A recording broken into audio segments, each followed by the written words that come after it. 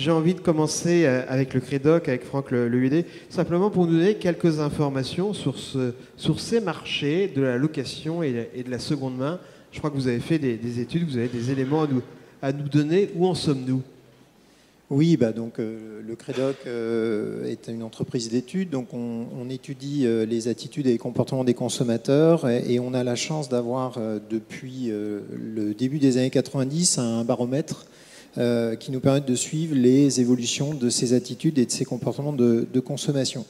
Alors, je dirais que sur le sujet qui nous intéresse, il y a deux niveaux de population, ou en tout cas de personnes intéressées, très différentes. Entre la seconde main, où on estime qu'il y a un tiers de la population qui a déjà acheté des produits d'occasion, qu'on est un tout petit peu moins, mais pas très loin, sur la proportion de gens qui a déjà vendu. Donc on est sur des chiffres qui sont forts et importants, avec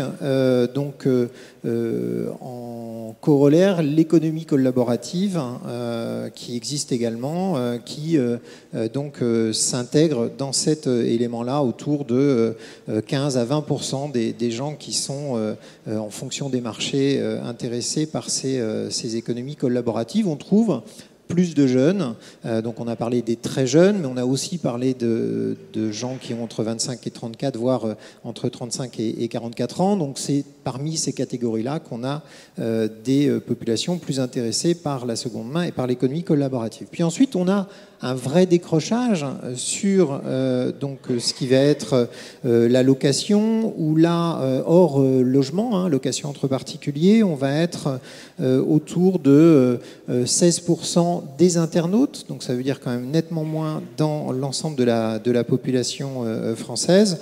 Nous, on évalue à entre 5 et 10% la proportion d'individus qui louent entre particuliers des produits en fonction des secteurs. Et là, on a un âge un peu plus avancé. On a moins de jeunes et un peu plus de 35-55 ans qui sont concernés. Je me pose toujours la question avec ce sujet-là. Finalement, il s'agit d'un marché d'avenir de masse ou d'un marché de niche ? Alors, c'est en effet la question qu'on peut se poser. Lorsqu'on touche un tiers de la population, on est dans un marché qui s'est bien installé, qui va perdurer. Lorsqu'on est sur plutôt 5 à 10%, là, moi j'ai plutôt tendance à dire qu'on est sur une niche de marché. Alors intéressante, importante, et surtout qui vient gréver les achats qu'on va faire en produits neufs dans des commerces. Ou sur Internet. Donc il y a des attaques petites comme ça qui viennent gréver petit à petit le marché et la clientèle des consommateurs qui peuvent acheter en produits neufs en point de vente ou sur Internet.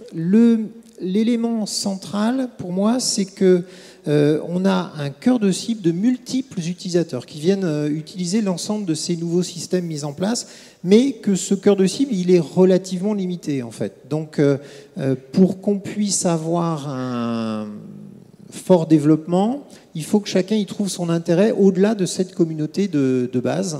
Et pour l'instant, l'histoire n'est pas écrite, donc j'ai du mal à vous répondre, mais en tout cas... il y a des freins, on pourra en reparler tout à l'heure, qui peuvent expliquer qu'on n'a pas développé autant sur la location, par exemple. Mais vous voyez beaucoup d'initiatives ou pas, des distributeurs ? Parce que j'ai envie de dire, le Trocathlon, ça existe depuis au moins 10 ans, je pense.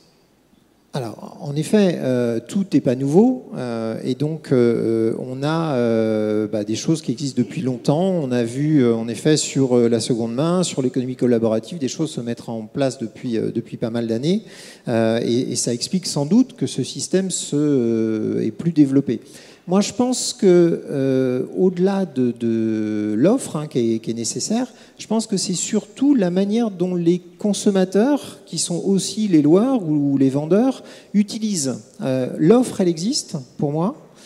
Par contre, il peut y avoir un certain nombre d'intérêts à le faire, et puis aussi un certain nombre de freins. Et donc, on est sur des consommateurs qui, lorsqu'ils font de la seconde main, lorsqu'ils font de la location, lorsqu'ils échangent entre eux, veulent une dimension fondamentale qui est la liberté et la facilité. Et au bout d'un moment, quand ça devient trop régulier, c'est ni simple ni libre. Et donc, du coup, le frein principal, pour moi, il se trouve à ce niveau-là.